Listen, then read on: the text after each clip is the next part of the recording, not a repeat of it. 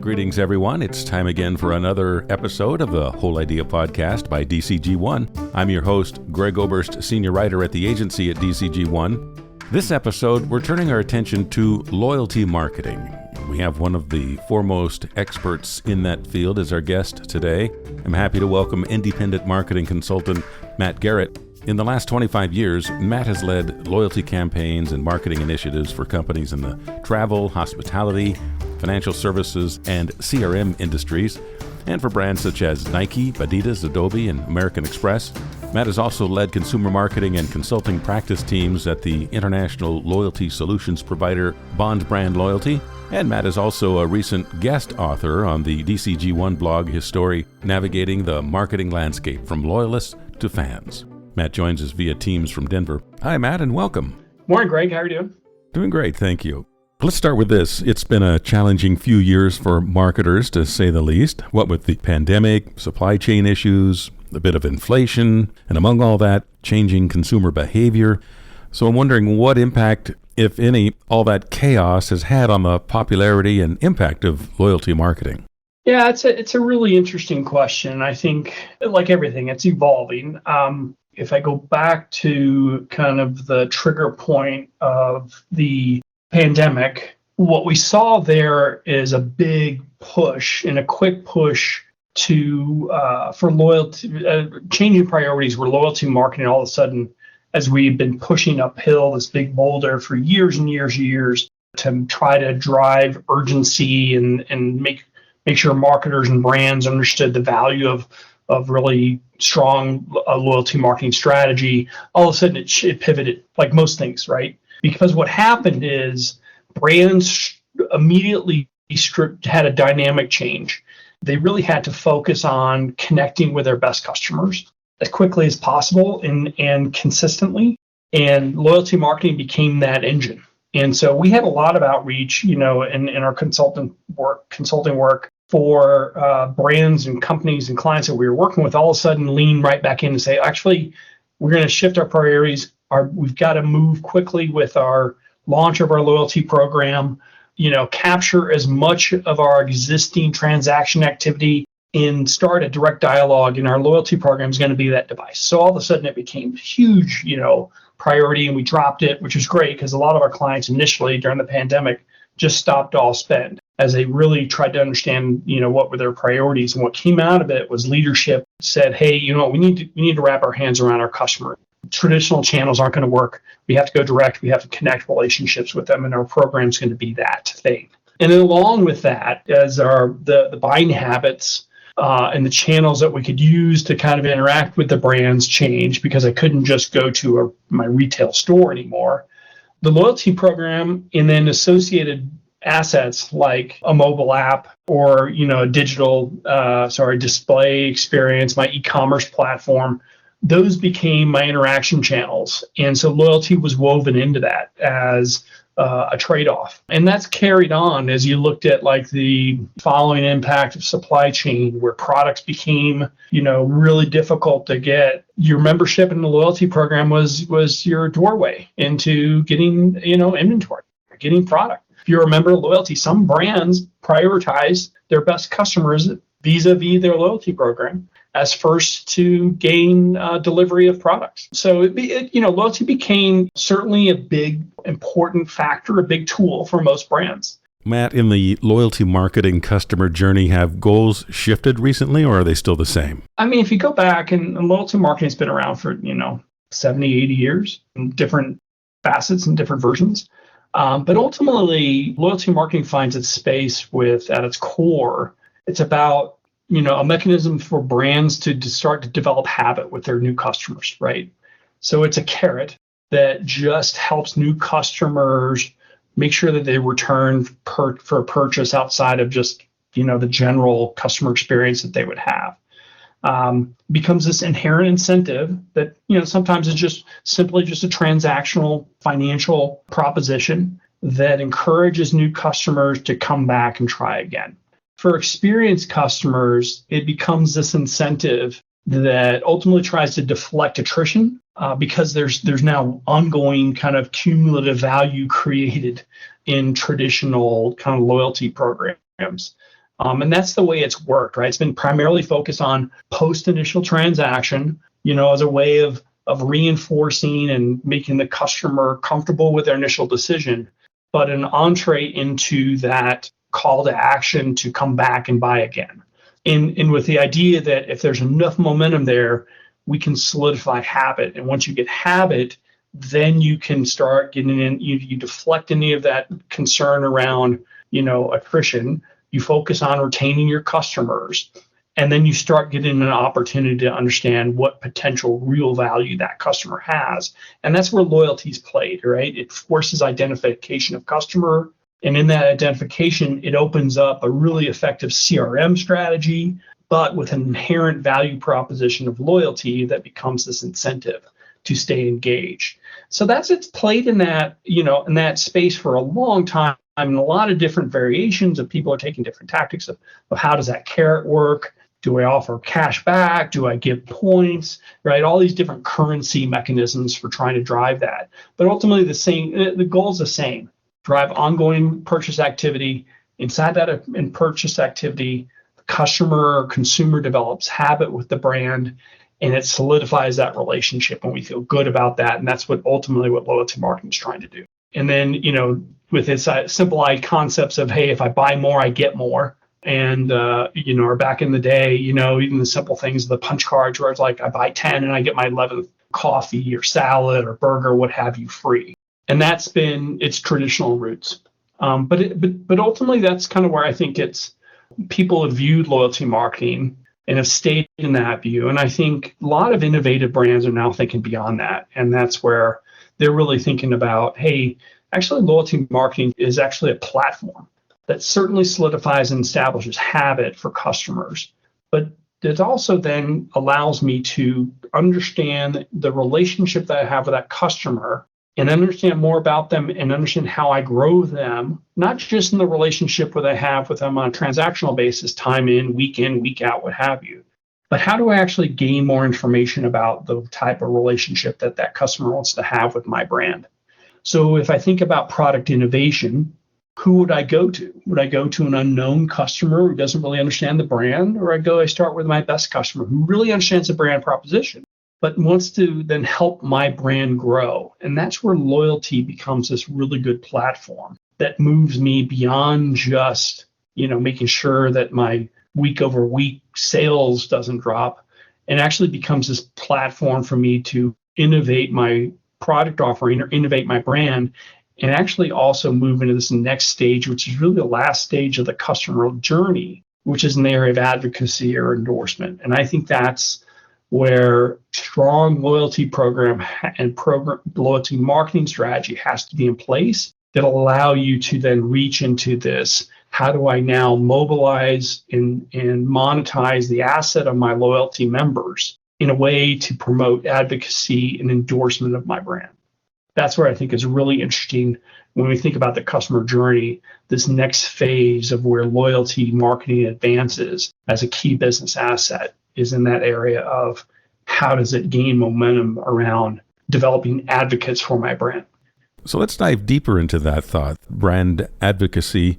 That would seem to me to be the holy grail or the end game for brands. We've spent so much time, and I've been in the business of loyalty for a little over 15 years in just loyalty marketing. And so much of it was just getting brands to understand the value of customer identification and then developing, a pathway inside loyalty to develop a relationship, and then using things like lifetime value calculations to direct investments in customers, and almost viewing their customer as almost like a, investment part of their investment portfolio, and how do they want to mature and grow that. The end game is certainly securing your revenue streams through, engaged, retained customers, but also is knowing that the investment that you've done as a marketer, and I'm just using it through the lens of just being a marketer, I've made a ton of investment in driving brand awareness that facilitates consideration, that motivates trial, that in that trial, it now develops more of a brand comprehension of what what I can do for customers as a retailer, a service provider, what have you. And then I move in the mode of now I want to continue to have that customer understand and lean in and invest in my brand through ongoing relationship. But there's this point where now I've made a ton of expense in getting them to that point and just making sure that they're now a habitual customer, loves our brand, loves our products and services, et cetera. But I've invested all that money in getting them there. Now there's a point where if I'm a marketer, I have to continue to invest in the marketplace to gain share. So I continue to go to media. I continue to spend, in broad-based media and acquisition marketing, growth marketing, and that's just that's a never-ending cycle. But I have this asset now, which is a loyal, engaged, highly educated customer base. That the last part is what I mentioned before. It's just how do I move them into advocacy and endorsement? Because when I move them that way, in an authentic and effective way, I start developing, leveraging, and mobilizing them for the growth of my brand. So if I do that properly, now my advocates or my highest value customers are representing my brand on my behalf into their communities, which will then drop ultimately at scale, start dropping my cost of acquisition or my cost of brand marketing because they're carrying my brand on my behalf and I don't have to spend as much. And then that drives efficiencies in acquisition percentages. So my conversion rates start improving, and so forth and so on. So I gain efficiencies in the marketing enterprise by developing a very strong, engaged customer base, and I enable them with the right brand tools, where then they start advocating and building community or start building my brand in their own existing communities. And I achieve that benefit by seeing it kind of come full circle back to improving the basic metrics as marketers are evaluated today, which is market share, ROI, cost of acquisition, et cetera. That to me, I think is the holy grail. That's where we want to keep driving and evolving loyalty marketing. Right. And as you mentioned in your article, this is where the idea of self-congruence comes into play. Yeah, no, I think it's a really interesting concept. And so as we get into understanding brand loyalty and how that differs from, where a lot of brands are focused today on just transactional loyalty, brand loyalty gets in this point where I now move my relationship from a financial or transactional basis, a rational basis, into actually this emotional engagement where I actually feel connected with the brand and what the brand's message is, and whether that's, their outward statements or just the way that they help represent who I am. And so, I've been kind of building that in my mind over the last couple of years and really and been fortunate to work with some brands who allowed us to kind of reach into that way because they actually had, very heavy emotional connection with their customers. Brands like the Pittsburgh Steelers, right? They're brand fans. You know exactly who they are. They wear the gear. They have it all over every aspect of their identity, their home, their cars. They're the ones who are wearing their Steelers jersey outside of a Sunday. They're really connected there. And so it's really interesting because it really does come to this point around self-congruence. And so it's a concept certainly that I'm aware of, but it really hit home. I was reading some stuff this summer. There's a book that Marcus Collins, who's a professor at University of Michigan, ironically, he's also head of strategy at Wieden & Kennedy. So he has a nice dual role of practitioner and academic.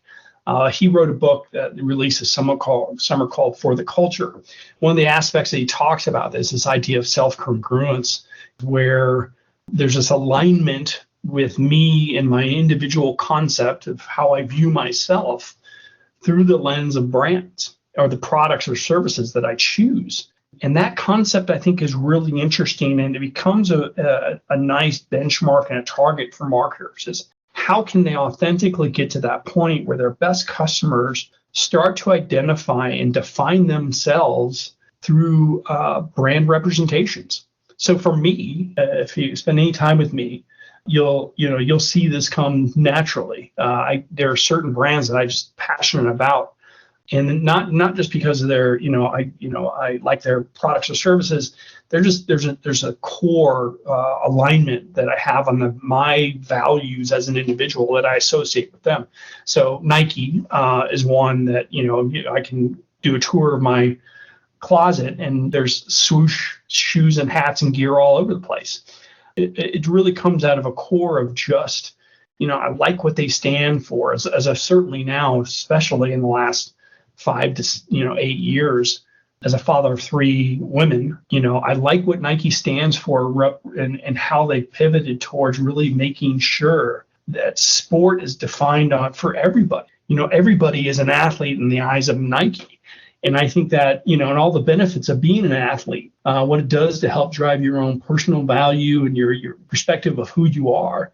I like that. And so I represent that. And there are a lot of other brands I represent, but that idea of self-congruence is really what becomes the foundation for evolving loyalty marketing and enabling a pathway to allow your customers to have that outreach, have that sense of identity, and connect with the brand, and then give them a chance to represent that. Now, it could be, just logo gear, or it could be a number of things, right? It could be events that they're involved in. It could be help sponsoring initiatives that they're also involved in. Those are all opportunities that allow me to take the brand and represent that in my community. And that's what brand fans really do.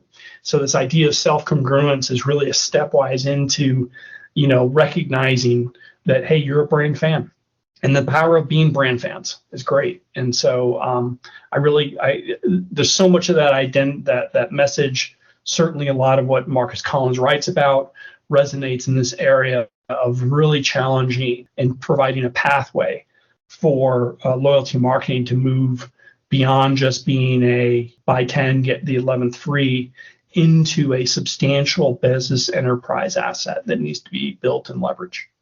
Once again, I'm speaking with veteran loyalty marketing expert Matt Garrett. Matt, why don't we take a minute and talk about the role that technology has played in loyalty marketing? There are a lot of debates that we've been in with big brands around the role that technology and loyalty marketing play. Certainly simply just being able to identify the customer at every touch point, both in retail, so when I walk in the store, do I have a geotag that's enabled through my app that allows the customer to be identified and connected as part of their loyalty values there? And do I adjust my service model in store because I know I have a high value customer that just walked in? When you go into a hotel, simply check in. Whether I do that through my mobile app or through the front desk, being able to quickly identify and establish recognition of value of that customer to the brand, and then start to adjust the customer experience at that point of intersection. That's technology driving a customer experience that is essentially shaped through loyalty marketing. But I think one of the big things where technology is enabled and sustained and can help drive the power of loyalty marketing is certainly through mobile apps.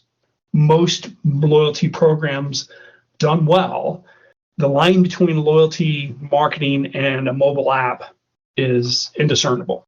Is it a map? Is it a mobile app that allows you to do e-commerce, or is it a loyalty program where you can buy products and services through?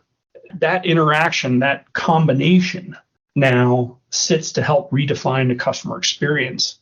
And that's where, loyalty marketing now starts providing incremental value, where it starts setting and changing and help drive change in the customer experience. I go back to Target as an example. Inside my Target app, when I'm in the physical store, I have to define myself a bit just personally as I'm not a shopper, I'm a buyer. I tell my family that all the time. I don't really go to stores to walk the aisles. I'm pretty defined about what I'm there to do, and I get that done, I buy.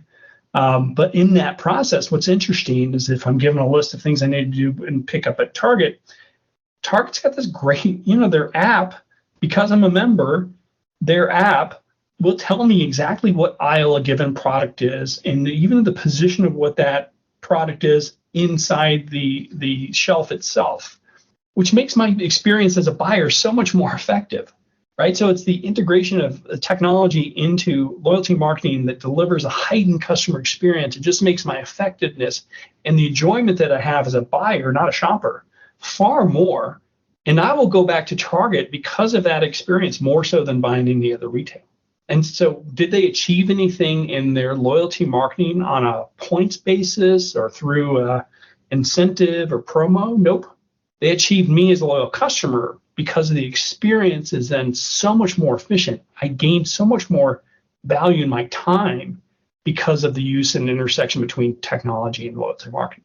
Right. When you can customize that experience for loyalists, now you have the potential to really transform the relationship. Yeah. And one interesting thing, Greg, one of the things we developed 10, 12 years ago, we got in this mode of, we saw some consistencies in client engagement after client engagement around what we were building to engage customers. And what came out of that was a research and effort that ultimately produced what we called a loyalty driver model, which is basically understanding what motivated customers and brands to connect. And there were basically 5 fundamental drivers of that would enable and open loyalty between a brand and customer. One of the key drivers is, and we forced it in research time and time again. We asked consumers, out of these 5 drivers, once we established them, what's the most important one? And we forced them to choose and rank it. And one of them was like money and access and like some element of ego. Hey, where if you were to be identified or recognized, by a brand.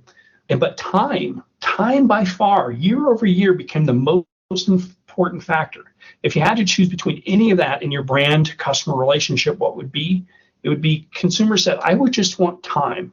Give me time back. Make my purchase experience faster, more efficient, more enjoyable. Which I think is fascinating, right? And that's where I think that we don't think about it, and that because it speaks to the customer experience. And am I willing to, how does that move from marketing into store operations? A lot of brands don't do that, or into my hotel operations. How do I actually make sure that I do what's best for my best customers? And it's a really interesting aspect of the dynamics of building a really comprehensive loyalty strategy. Matt, how do you think about demographics within loyalty marketing? The design of the program will determine and dictate the demographic of the customer that leans in. And the way that I would view demographics, really almost like value seekers as one type of purchase segment. Wouldn't call them a demographic as much as maybe a psychographic. A value seeker is always going to engage in loyalty programs, right? Because most loyalty programs, as I said earlier, are constructed on this idea that we're going to provide transactional value. Buy more, get more. My wife is one of these. Like, she's a value seeker who joins in programs just for the idea of like, I can save 10% or 5% or whatever on a transaction over time, which is great. But that's where a lot of brands start in their relationship. They go to, how do I achieve, I try to get the value seeker in that. But a lot of brands aren't value brands, so they're not going to necessarily go down that path. But what's interesting is that I think there's a stat, it's like basically in the US, the average consumer in the U.S., average person in the U.S. has membership into 16.7 different loyalty programs. The main carrot in that is, value. How do if I'm doing X, I'm going to get, I'm going to get more. I want to get more back from them. But what happens is over time is that transactional relationship, as you get into habit, the value exchange that I get in a transactional relationship where I'm just focused on the value exchange, where I want to get money or things back, start to drop off. And that, you have to now evolve it. And so we would always see clients come back to us 2 or 3 years inside a launch of a program, because the program performance starts dropping off, because the value of that exchange, when it's purely transactional financial, starts to lose its impact on the business. And so you have to start exchanging that. So the dynamics of the demographic change as the experience in the program grows. And you always have value seekers who jump in. But what happens is after time, they actually stop. The effectiveness of the offers through the loyalty program start dropping because that's not what a mature customer wants. They want to elevate and extend their relationship. If you're not there to build more than just a simple % off each transaction, it becomes less important and less valuable. So then the dimensions change and you get people who want not value seekers, but experience seekers. They want a better and more efficient process. They want to feel like they're known by the brand. Those aren't value seekers. Those are people who are actually willing to actually pay more to just get more. And that get more is a better experience, more consistent experience. Allow me to skip the line. Allow me to get my delivery at home in a more prioritized way, a faster way. I mean, those are all, less about dollars off, but they're looking for an experience. So you get those two types of demographics, if you will, value seekers and experience seekers, where they become more mature with the brand. And of course, there are other forces at work that evolve or even sidetrack a brand relationship. Competition, for example, or changes in the sector environment, which speaks to the need to get that customer to that point of fandom. So you're in a better position to manage change. Well, you think about that. That's a really good point, Greg. I think if you think about it, it's really easy for my competitors to match my financial transactional value proposition in a loyalty program. Really easy for them to do that. It becomes way more difficult when I actually create an elevated experience that's unique to the brand that my best customers realize. It's really difficult for them to do that because that goes to now the core of who I am as a brand. And that a lot of times those distinctions between competitive brands are quite large, and it's tough to model and create a value proposition that is equal to the best competitor in the space. Matt, what advice can you offer brands looking to start or energize their loyalty marketing programs? I think it's important to start and understand what are you trying to achieve, what business metric are you trying to influence inside your loyalty program? Are you just focused on retention? Are you focused on time between transactions? If that's your end goal, you can certainly embrace that in a program, but you understand the economics, that are involved in loyalty programs, you dive in. It's interesting because a lot of technology, CRM technology or e-commerce technologies come with an embedded loyalty component that set up these programs. It's simple, a couple clicks and you've got a loyalty program. What happens is inside that, marketers don't understand the economic commitments that they are they making when they put in and follow the loyalty program in the box aspect. They haven't developed a loyalty P&L to understand when they're giving away discounts, right? And that's all. So I think one of the things that people need to understand when they develop loyalty programs early on, what you essentially are doing is giving margin back to your customers, which is fine. But I think that is something that once you make that commitment, you are committed to over time. And it's very difficult to turn that back and start taking away that from your customers. And that creates all other types of programs. So we think about building a loyalty program. I would ask you to pause and make sure that you're building an economic model that understands we're going to make this investment. How long do we carry that investment? And how do we then make sure that the return that we get in that investment is at time going to build to a point where it's going to provide us with broader enterprise economic value. So that's the one thing I think I would recommend. I think what's interesting is to see how really good brands, an example of a brand that's done that early on and now continues to evolve and innovate is what Amazon Prime is doing, and how they've now built this platform that's a massive, sizable asset. But they started with the simple economic proposition now that was garnered and positioned as a membership program, which again is just a different flavor of a loyalty marketing program.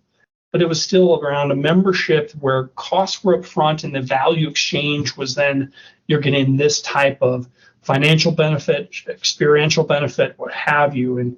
And it allowed them to separate and distinguish different types of customers. And then now they've evolved that where it actually creates a totally different type of customer experience between whether you're a Prime member or you're not, right? And even to the point where they continue to add and increase the cost of membership year over year and are holding still in that area of 92 to 95% retention year over year as they move their price 10 or 15% annually.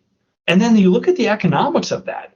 Their membership program or their loyalty marketing program in itself is a sizable $100 to plus $1 million enterprise on its own, just from the membership fees, not connected to the products or services they're selling through it, but just in its membership fees alone.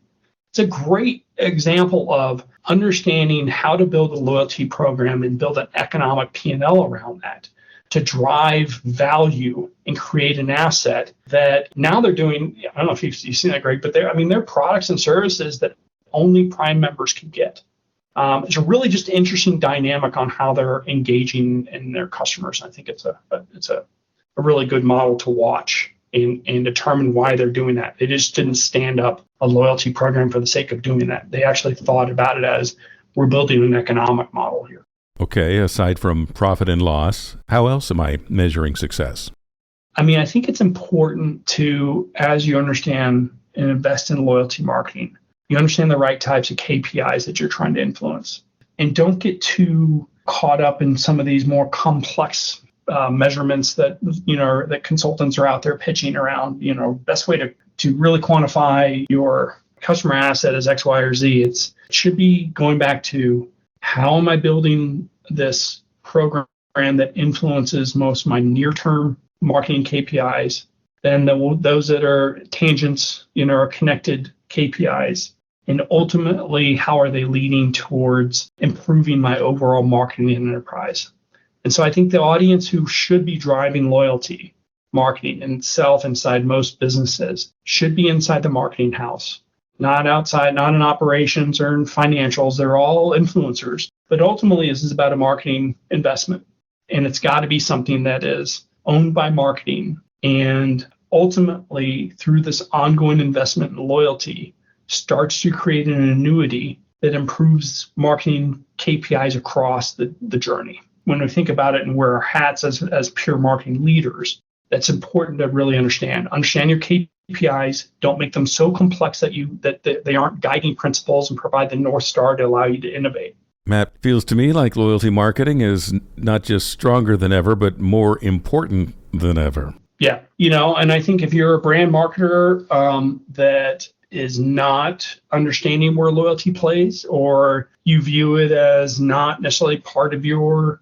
mandate, I would ask you to check yourself and look at what, leading brands like Amazon or Nike or Adidas, or, I could go on for a while, are doing relative to making sure that they're creating elevated brand experiences through their loyalty programs. Can't beat them. Look at how they're performing on Wall Street. There's a direct correlation there. Matt, this has been terrific. Thanks so much for catching us up on the state of loyalty marketing today. Yeah, thanks, Greg. You're welcome. I appreciate the time and the opportunity. That's veteran marketing consultant and loyalty marketing expert Matt Garrett.